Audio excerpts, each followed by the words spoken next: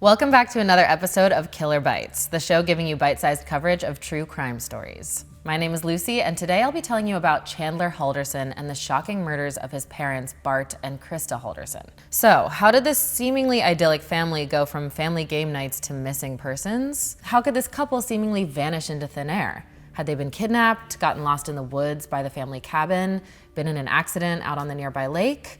Unfortunately, the answers were more sinister and grim than anyone could have imagined. Krista rarely missed work, so this was highly unusual for her, and immediately caused alarm bells to go off with her good friend and colleague, Daniel Kroninger. During an interview with CBS, Daniel mentioned that he had relayed to a dispatcher that it was extremely suspicious that Krista didn't show up for work. And as the minutes dragged on with no sight of Krista, Daniel began to text and call her, but there was no response. By the late afternoon, Daniel was beyond worried about Krista, so he decided to drive to the Halderson home with his girlfriend. This was later verified by a neighbor's security camera that showed Daniel and his girlfriend arriving at the house to check on Krista. Daniel recounts that he knocked on the door and didn't hear anything. Peered through the window. The only thing that seemed weird was there was a coffee table on its side.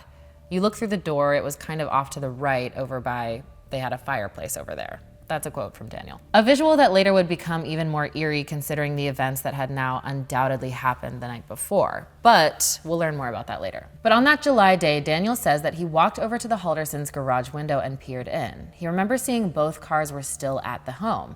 A very odd thing if both Krista and Bart were not there, so where could they have gone? Daniel recounts that as he peered in the garage, Chandler, Krista and Bart's youngest son, came out of the house in a towel. And when Daniel asked Chandler about Krista and Bart's whereabouts, he said that they had gone up north that morning to handle an emergency at the family cabin. Well, that sounds innocent enough, but that is clearly not the end of this tragic tale. However, at the time, Daniel felt relieved to know that Bart and Krista were okay and just up at their cabin. Since it was a holiday weekend, Daniel kept in touch with Chandler throughout the weekend to see if he had heard from Krista and Bart, since Daniel had yet to hear back from Krista herself. Again, something that was out of the norm for Krista. But whenever Daniel asked about his friends, Chandler reassured him that he was in touch with his parents, but they just had bad service. Again, this seems like a pretty reasonable explanation, but things got a whole lot more suspicious in the days that followed. On Sunday, July 4th, Daniel recounts that Chandler called him and said he was bored and needed something to do. That's when Daniel yielded and invited him over to watch fireworks. When Daniel questioned Chandler again about his parents' whereabouts, Chandler stated that they would be back on Monday. At the time, Daniel knew that Krista had an upcoming doctor's appointment that she didn't want to miss, so he wanted to make sure that Krista would be back for that appointment. Unfortunately, Krista didn't show up for work or her doctor's appointment that week, and by Wednesday, July 7th, Daniel knew that something had to be very wrong. After all, he'd not heard from Krista for several days now, and that's when Daniel persuaded Chandler to file a missing persons report with the police. Detective Sabrina Sims told reporters that on Wednesday morning, Chandler walked into a precinct to report his parents missing. And it would be Detective Sabrina Sims and Brian Shunk with the Dane County Sheriff's Office that would end up leading the case and the team in charge of finding Krista and Bart. The first place the detectives visited to look for the couple was at their home. When the investigators arrived at the Halderson home, only Chandler was there, so Chandler led the detectives around the house. He started pointing out things that his parents took with them when they traveled up to the cabin. Meanwhile, deputies started to talk with neighbors and friends. And what came to light is that Bart and Krista had not mentioned to anyone, including their oldest son Mitchell, that they were going up to the cabin. They hadn't said anything about leaving town that weekend to anyone, but Chandler assured the detectives that a couple he didn't know had picked up his parents and drove them to the remote location in the woods.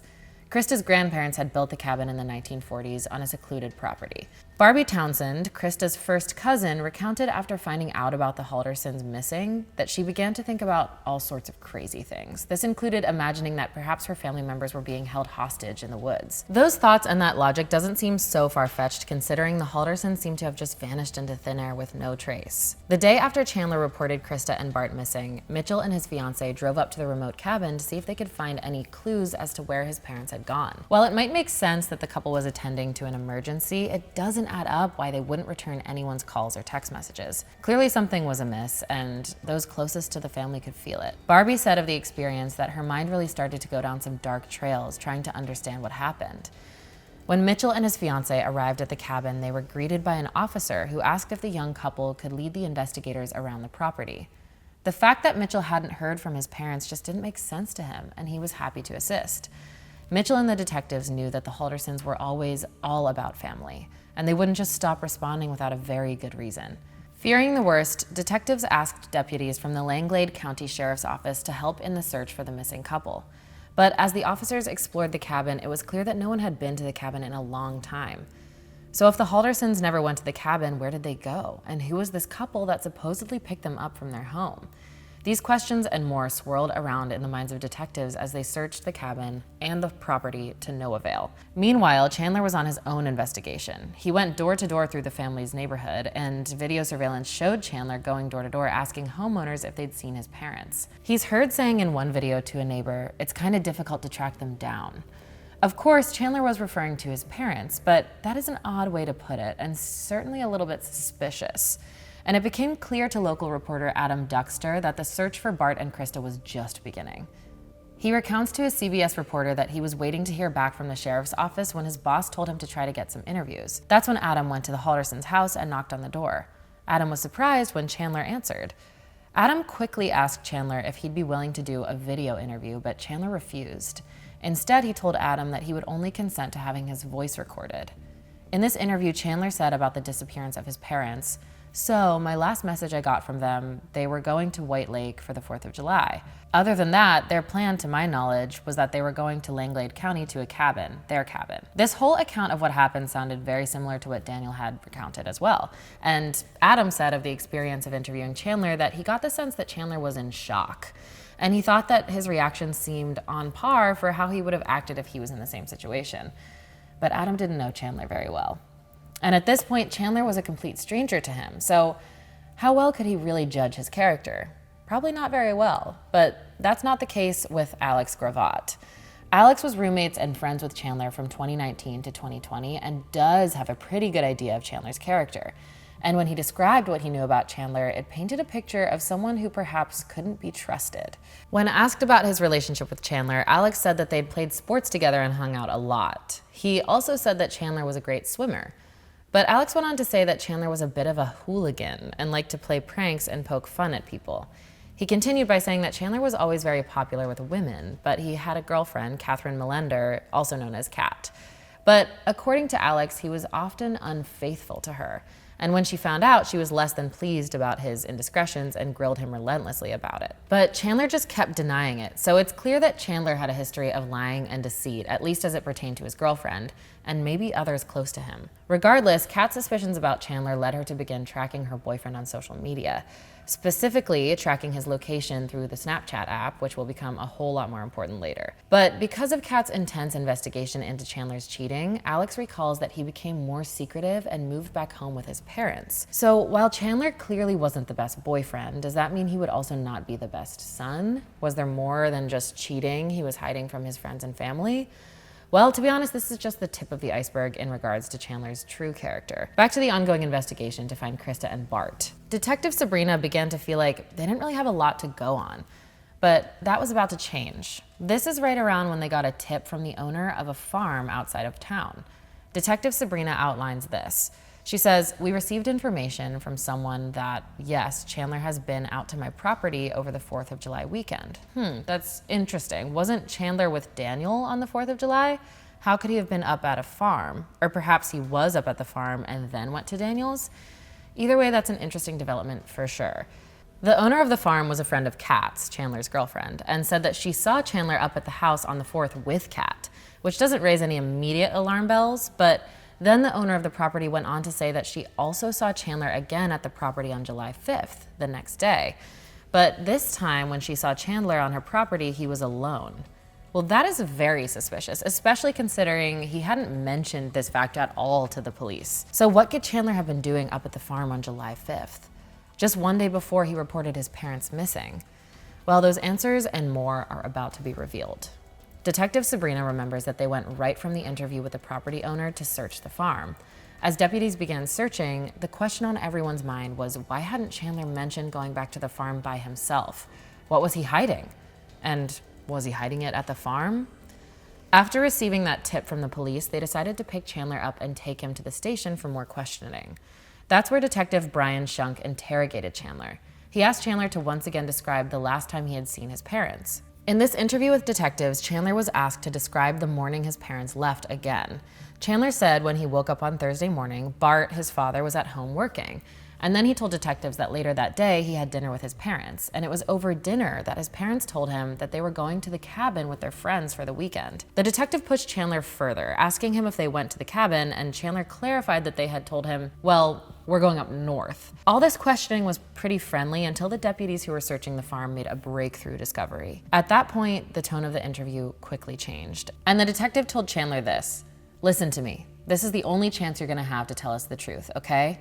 Listen. I can't tell you what we know, but we know you're not telling us the truth. You need to tell us the truth." That sure sounds like the detectives discovered something major at that farm. Something that perhaps Chandler had hidden there, a clue to where Bart and Krista had gone, a murder weapon, or even darker, the remains of Bart and Krista. Well, that was enough to make Chandler fold under the pressure. Chandler is heard quickly asking for a lawyer. So things are not looking good for Chandler. But what did they find at that farmhouse? That was the question that Detective Sabrina asked the deputies who were leading that investigation, and unfortunately, it was not what anyone wanted to discover. The investigators had, in fact, found human remains, specifically the remains of an adult male. Those remains were about 20 miles from Bart and Krista Halderson's home. While it might seem obvious whose remains the deputies found, Dane County Sheriff Calvin Barrett warned residents not to jump to conclusions. But there was more to the story. The detectives had not just discovered a body. No, this horrible discovery was something detectives Brian Shunk and Sabrina Sims had never encountered, and hopefully never will again. Sabrina recalled where and how the discovery had been made, that the grass was matted down. She describes that they followed a trail and then made a discovery of a male torso, just a torso. So now Detective Sabrina realized she was working a dismemberment case. She said of this fact, "I think of other death investigations or homicide cases we've worked on, and I don't remember a time that I've worked a dismemberment case." But the human torso was not the only discovery that the detectives made that day. Detectives also found some cutting instruments that were hidden in an old oil drum. That's truly horrifying. But what's even more curious is that these supposed murder tools were discovered near a wooded area where Chandler had been seen earlier in the week. So that led Detective Sabrina to speculate that the remains could be those of Bart Halderson. She said about that fact that she knew in her gut it was probably Bart. Well, it's hard to refute the pile of evidence against Chandler now.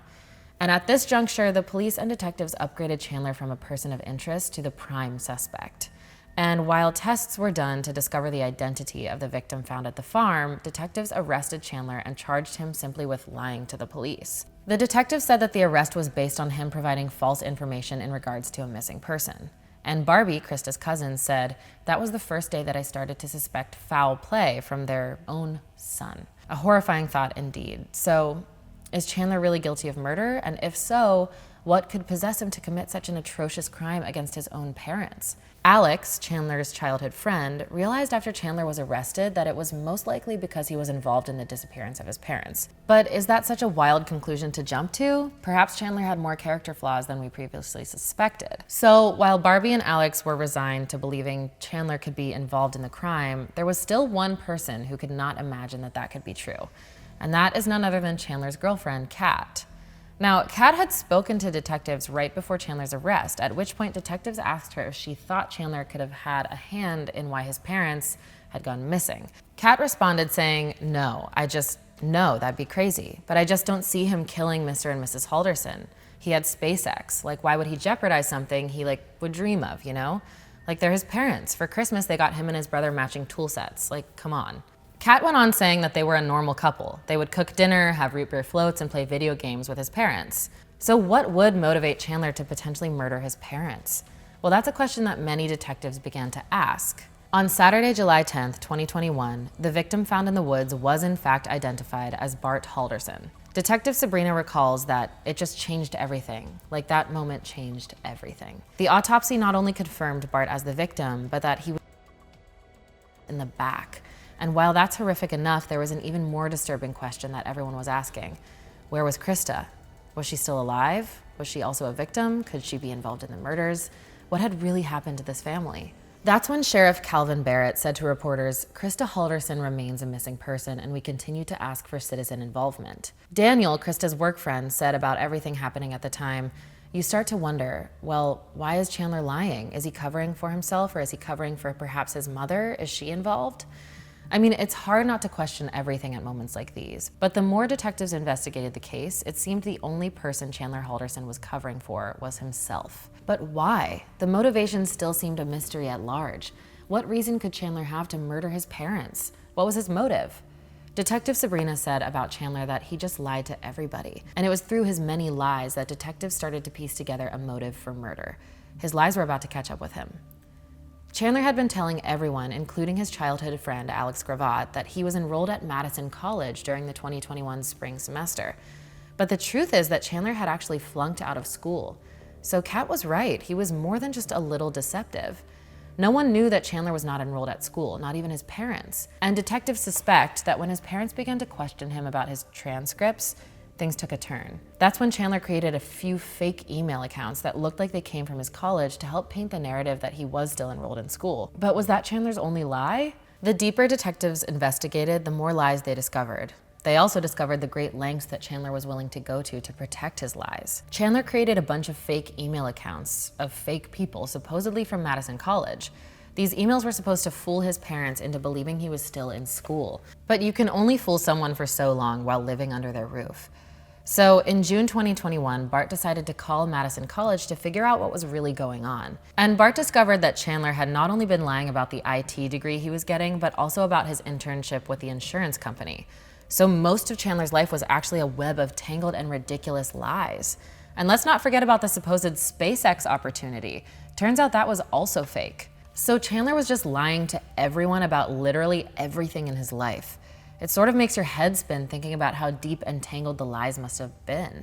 Even Barbie, Krista's cousin, said that the delusional reality he created was shocking to her. And Barbie wasn't the only one shocked by these revelations. According to detectives, Bart was planning to meet at Madison College with his son on Thursday, July 1st, just one day before his parents supposedly left on their trip. And around 2 p.m., Bart, who was working from home all day, sent Chandler a text saying, "I'm ready whenever you are." Tragically, this text is believed to be the last message Bart sent.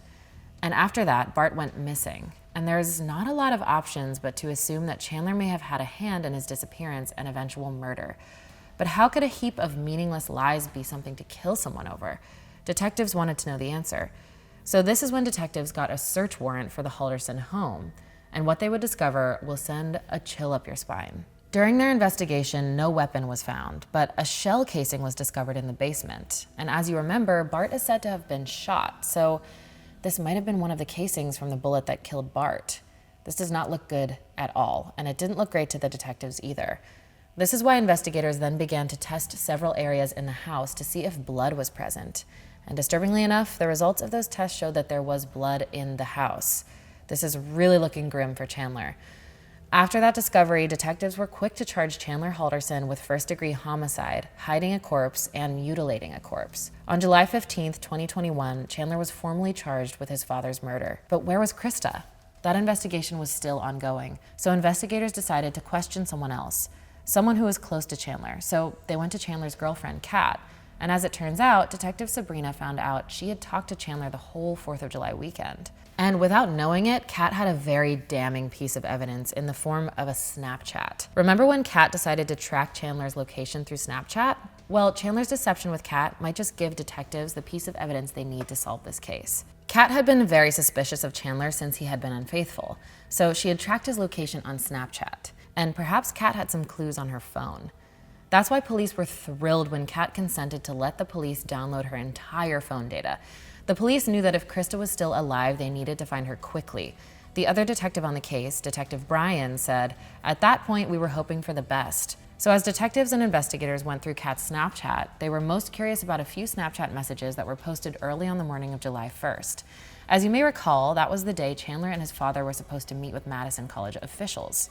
Chandler, whose online name was Chazzle Dazzle, messaged Kat at 7:30 a.m. Chandler texted through the app, "I hardly slept." Kat quickly responded to him, "I'm sorry, B, why?" Chandler replied, "I don't know, stuff hasn't really been going well for me lately, so I'm trying to plan for the next thing to me over." Kat said, "B, it's gonna be okay." Chandler said, "Yeah, I just had a great future planned and it's falling apart." And according to detectives, the tone of those messages also concerned Kat. Like any good girlfriend, she was worried that perhaps Chandler was really in trouble. So then, 2 days later, when Kat saw on Snapchat that Chandler was nearly 25 miles from home, she saved the image to her phone. And that single image might be the most damning evidence against Chandler yet. Detective Sabrina recounts that it was a Snapchat screenshot of Chandler at almost 9 in the morning out by Wisconsin River. And it was at that location where they hoped to find Krista. It was the Wisconsin State Lower Riverway, and it happens to be a familiar location to Chandler, who, as you may recount, was a swimmer in high school.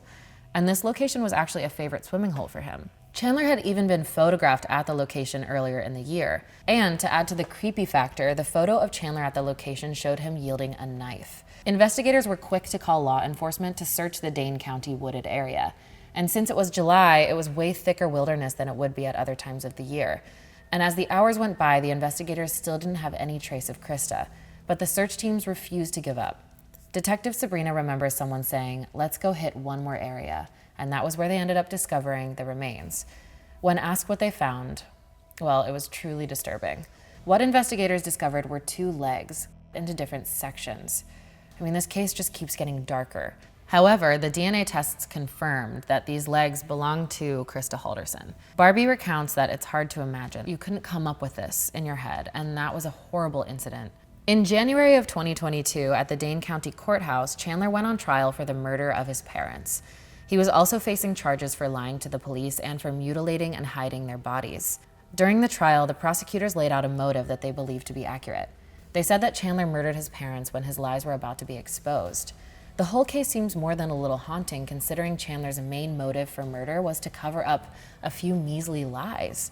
So what did Chandler's defense have to say about the mountain of evidence presented against him in the Haldersons' home? Chandler's defense attorney, Catherine Dorrell, chose not to talk about the bone in the fireplace, nor did she address the evidence of blood found in the house.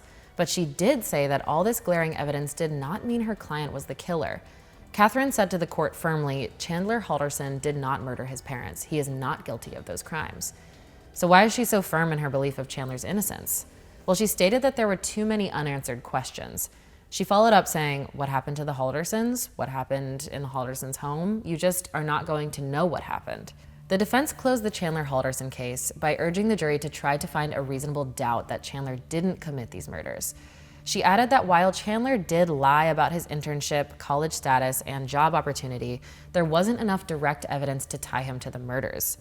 She said to the jury, "You have to go back and look at everything. I guarantee you that the 12 of you that are going to go back and deliberate are all going to have 12 different theories on what happened.